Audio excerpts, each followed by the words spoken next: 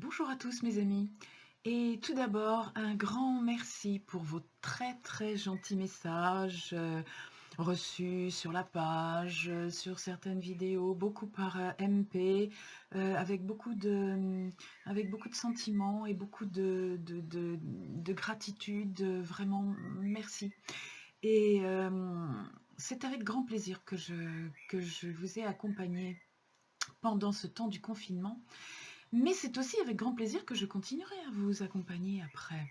Vous le savez, bien sûr, comme avant avec, les séries, les bulles de sagesse, l'atelier d'harmonisation, les accompagnements évidemment individuels, en coaching individuel, les parcours de vidéo coaching, les réunions hebdomadaires, pour les gens qui suivent les parcours de vidéo coaching et qui nous permettent d'aller un petit peu plus loin et puis d'autres projets de groupe, à la demande et à l'envie de certaines personnes qui veulent aller un tout petit peu plus loin sur, la connaissance de la nature humaine. Donc oui, on va continuer à se revoir et si, vous souhaitez, rester en contact avec l'un ou l'autre de ces outils, de formation, de transmission et de connaissances que je peux vous fournir, eh bien faites-moi signe, contactez-moi.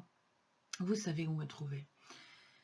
Aujourd'hui, j'aurais aimé, vous donner dans cette première vidéo de l'après-confinement, puisque je vais peut-être garder, ce canal, booster votre santé, puisque, on a aussi quand même besoin d'entretenir sa santé même quand on n'est pas confiné et aussi quand il n'y a pas d'épidémie. Donc on va continuer à se voir sur sur ce canal, sur cette thématique. Et je sais que vous êtes nombreux à avoir apprécié, l'aspect holistique de cette série vidéo qui touche, un petit peu à toutes les façons de se tenir en santé. Les uns ont plus apprécié les exercices rythmiques, d'autres ont plus, apprécié les conseils d'acupressure ou d'aromathérapie. Certains encore, ont bien aimé les petits points, au niveau de la conscience. Et c'est, par cela, aujourd'hui, que je vais commencer, cet après-confinement. Je vais faire appel à votre conscience et vous donner un exercice de coaching. Je vous invite, à partir de maintenant, à partir du moment où vous allez avoir vu cette vidéo, à chaque fois que vous allez entreprendre une action, vous lancer dans une activité, vous préparez à sortir de chez vous, vous préparez à faire quelque chose que vous n'êtes pas obligé de faire, comme par exemple aller au travail ou emmener vos enfants à l'école. Encore que emmener vos enfants à l'école, ça n'est pas encore une obligation. Je vous invite à faire une petite checklist. Vous savez, les pilotes, avant de décoller, ils vérifient une checklist. Cette checklist, c'est pour être sûr, même s'ils la connaissent par cœur, ils la vérifient quand même, par écrit, pour être sûr qu'ils n'ont pas oublié d'être attentifs à quelque chose. Et je vous invite à faire la même chose, une checklist. Je m'apprête à sortir de chez moi, je vérifie ma checklist. Première question de cette checklist, est-ce que je sors de chez moi pour faire quelque chose d'indispensable? Ou, au pire, d'utile?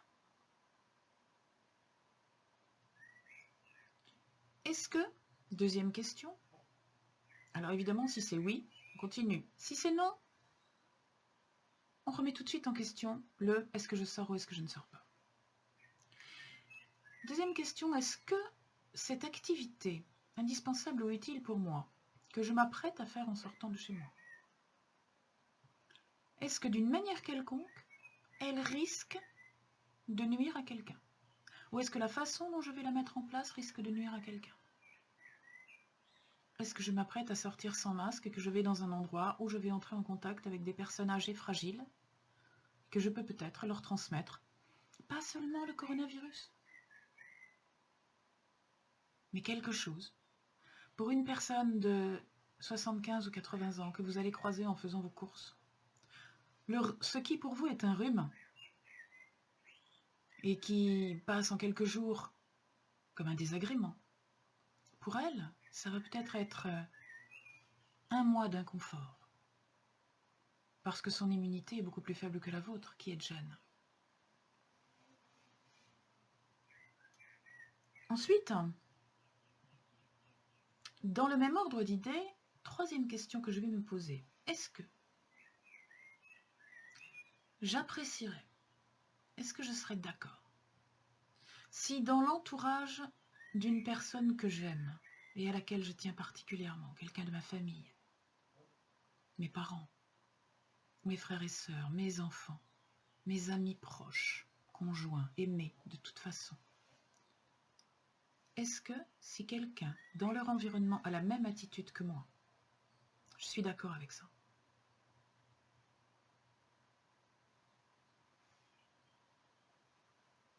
Quatrièmement, si je m'apprête à faire par exemple un achat, ça peut être élargi à beaucoup d'autres choses, mais prenons l'exemple de l'achat. Je m'apprête à faire un achat ou une commande. Cet achat ou cette commande, est-ce que d'un bout à l'autre de la chaîne, il a été respectueux du vivant? Et par le vivant, j'entends l'environnement, la planète. C'est-à-dire, est-ce que cet achat, par exemple, est un achat de proximité? Est-ce que je m'apprête à acheter quelque chose qui a été fabriqué dans une distance, dans un environnement à distance raisonnable de chez moi et n'a pas supposé des milliers de litres de kérosène pour m'être livré? Si c'est une chose qui a été fabriquée en Chine alors qu'on fabrique la même chose à 20 km de chez moi, je peux me poser la question, est-ce que ça vaut vraiment le coup de polluer la planète avec cet achat alors que je peux faire autrement? C'est plus cher, oui, mais avec tous les impôts que je vais payer pour décontaminer la planète, est-ce que vraiment je vais m'y retrouver au bout du compte? Ensuite, dans la fabrication de cet objet, est-ce que tout le monde a été respecté? Par exemple, si cet objet nécessite une matière première cultivée, parce que c'est un vêtement qui nécessite par exemple la culture de coton ou je ne sais quoi, est-ce que la culture a été respectueuse de l'environnement? Est-ce que je suis en train d'acheter un objet en coton bio ou un objet en coton qui a inondé le pays de production avec des pesticides qui se retrouvent dans l'océan et vous connaissez la suite? Si vous ne connaissez pas la suite, je vous invite à vous inscrire sur mon groupe Je m'engage pour la Terre, dont je vous donnerai bien évidemment les coordonnées. Ensuite, est-ce que cet objet, à tous les stades de sa fabrication, a été respectueuse des animaux? Est-ce que c'est un objet qui a été testé sur les animaux?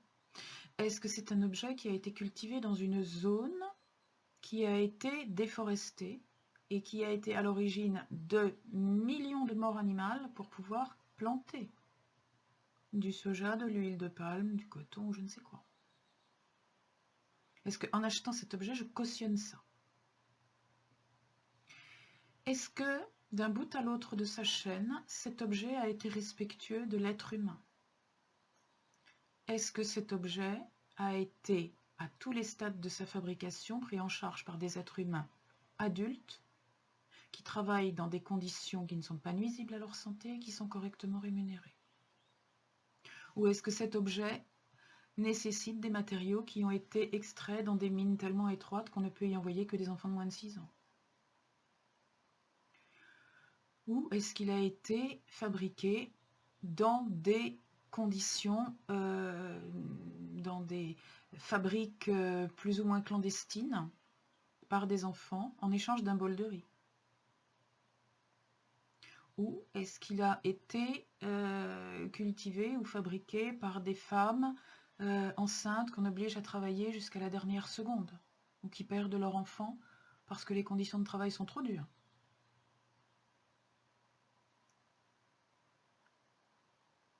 Voyez-vous, toutes ces questions,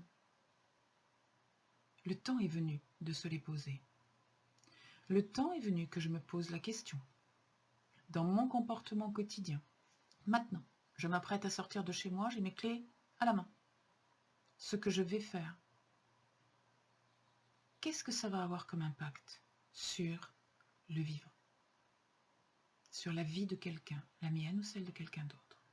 Je vous demande véritablement de vous habituer à cette checklist.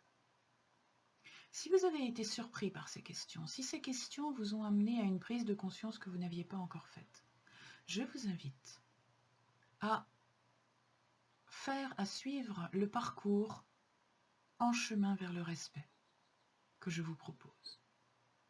Vous apprendrez certainement beaucoup d'autres choses, vous ouvrirez certainement votre conscience à beaucoup d'autres choses. Et vous risquez peut-être de découvrir que là où vous pensiez complètement respectueux et dans votre bon droit, vous entreteniez des comportements qui sont à l'origine des difficultés environnementales, qui sont à l'origine de la misère ou du malheur ou de la souffrance physique de certains autres êtres humains ou animaux ou végétaux. Le temps est venu d'en prendre conscience. Le temps est venu de ne plus se moquer de ça. Le temps est venu vraiment de devenir un humain à part entière. Je vous laisse avec ça aujourd'hui, la checklist de ma conscience. Oh, évidemment, ce n'est pas très amusant. Il y a des moments où on en rit plus que ça. Mais c'est peut-être l'avenir de vos enfants, de vos petits-enfants, ou des enfants de vos petits-enfants, qui est en jeu. Portez-vous bien. À la prochaine.